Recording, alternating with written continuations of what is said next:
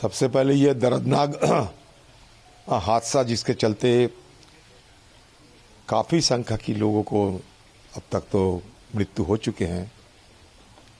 बहुत सारे लोग ऐसा है जो जीने के लिए अपने ज़िंदगी से पंजा लड़ रहे हैं, जान से पंजा लड़ रहे हैं, हॉस्पिटलों में दर्ज हो चुके हैं।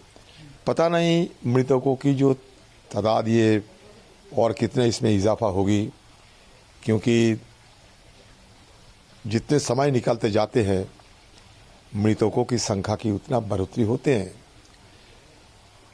ये दर्दनाक हादसा हम सबको दिल रुला दिया।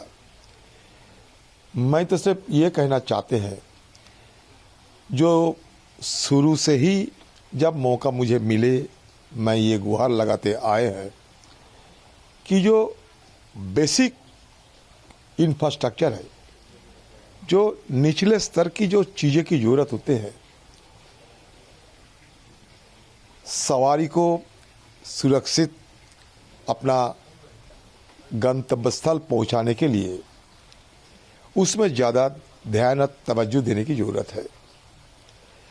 ज़्यादा बुलेट ट्रेन करके हमारा रोज़ाना हिंदुस्तान की रेल की पटरी से आप चौंक जाओगे कि 25 लाख सवारी रोजाना सफ़र करते हैं।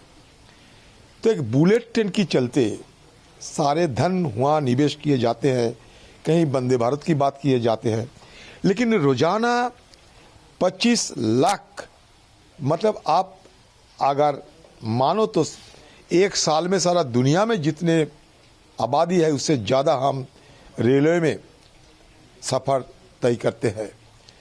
तो उसमें अगर ध्यान सही ढंग से नहीं दिया जाना, ये सबसे बड़ा गलती है जिसके फल हम भुगत रहे हैं, नतीजा भुगत रहे हैं।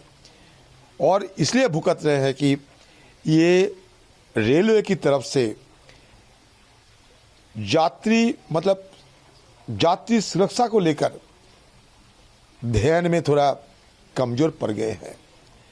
सिग्नल की बात, सिग्नलिंग मानो, ये ट्रैकिंग मानो, बड़ी बड़ी बात कही जाता है कि हम एंटी कोलिशन डिवाइस लगाते हैं, कवच लगाते हैं, कवच में सब कुछ को रोक देगा। तो कहाँ कवच है भाई? एक के बाद एक 3 ट्रेन एक साथ हादसे में जुट गए, तो कवच कहाँ है? ये आज की इलेक्ट्रॉनिक सिग्नलिंग के सिस्टम में इतने सारे निरीक्षण की सारे हमारे पास सारे हमारे मशीनरीज है, सारे इक्विपमेंट है, सारे इंग्रेडिएंट्स है, फिर भी क्यों नहीं हम सफल हो रहे हैं ये हादसा को रोकने के लिए? गलती कहाँ है? एक कमेटी बना दोगे और 2-4 को बोली का बकरी बना दोगे। आप जानते हैं कि जो लोग सुरक्षा में सबसे ज़्यादा भागीदारी लेते हैं वहाँ कॉन्ट्रैक्ट लेबर आ चुके हैं। कर्मियों की संख्या में कटौती किए जाते हैं रेल की पैसा बचाने के लिए। तो रेल की पैसा बचाने के चलते कॉन्ट्रैक्ट लेबर जहाँ जहाँ हमारे उपयोगी व्यक्तियों को ज़रूरत होते हैं वहाँ कटौती के चलते वो नहीं है। हजारों तादाद की पोस्टिंग खाली पड़े हैं, तो बचाएगा कौन? सुरक्षा देगी कौन? सुरक्षा की सारे इंतजाम करेगा कौन? और इसका नतीजा हम भुगत रहे हैं।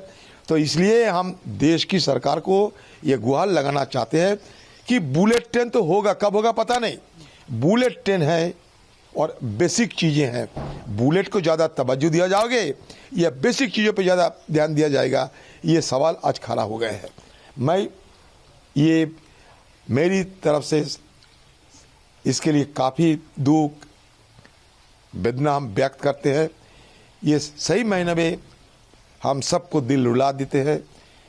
पता नहीं कितने लोगों की और जान गंवाने बाकी है।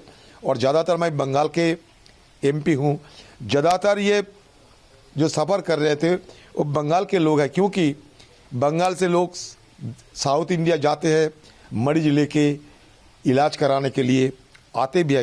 काफ़ी मरीजों की संख्या होगी मुझे लगता है। तरह तरह की इस तरह की खबर तो आ रहे हैं और बेचैनी भी बढ़ रहे हैं। सर क्या लगता है, क्या कारण तो यही है सुरक्षा की इंतजाम में खामियां, सुरक्षा के इंतजाम में खामियां की चलती है, हो रहा है और कुछ नहीं। जो जितने तर्क अभी दिया जाते हैं, ठीक है, अभी कहेगा कि ह्यूमन एरर है या टेक्निकल एरर है, टेक्नोलॉजिकल एरर है, तरह तरह की बात तो अभी होते रहेंगे, क्योंकि अभी सारे देशवासियों को आंखों में धूल झुकने के लिए काफ़ी प्रयास होगी। हमारे रेल मंत्री वो खुद बड़े टेक्नोलॉजी में काफ़ी माहिर है, और हमारे प्रधानमंत्री तो हर चीज़ में टेक्नोलॉजी लाते हैं, डिजिटल इंडिया बना देते हैं। अरे डिजिटल इंडिया बनाओ जरूर, लेकिन निचले स्तर पे रोज़ाना जो मिट्टी में बैठ के काम करते हैं, ज़मीन पे बैठ के काम करते हैं, और ज़मीनी स्तर पर सबसे ज़्यादा सुरक्षित देने की इंतजाम है। और ज़मीनी स्तर पे हमारे एक एक जो व्यक्ति रहते हैं उन पे ज़्यादा ध्यान देना चाहिए। सर आपने का काम वही तो कह रहे हैं, हमारे ज़माने में, यूपीए ज़माने में सबसे ज़्यादा ध्यान यही दिया। हम बुलेट ट्रेन में तो ज़्यादा ध्यान नहीं दिए।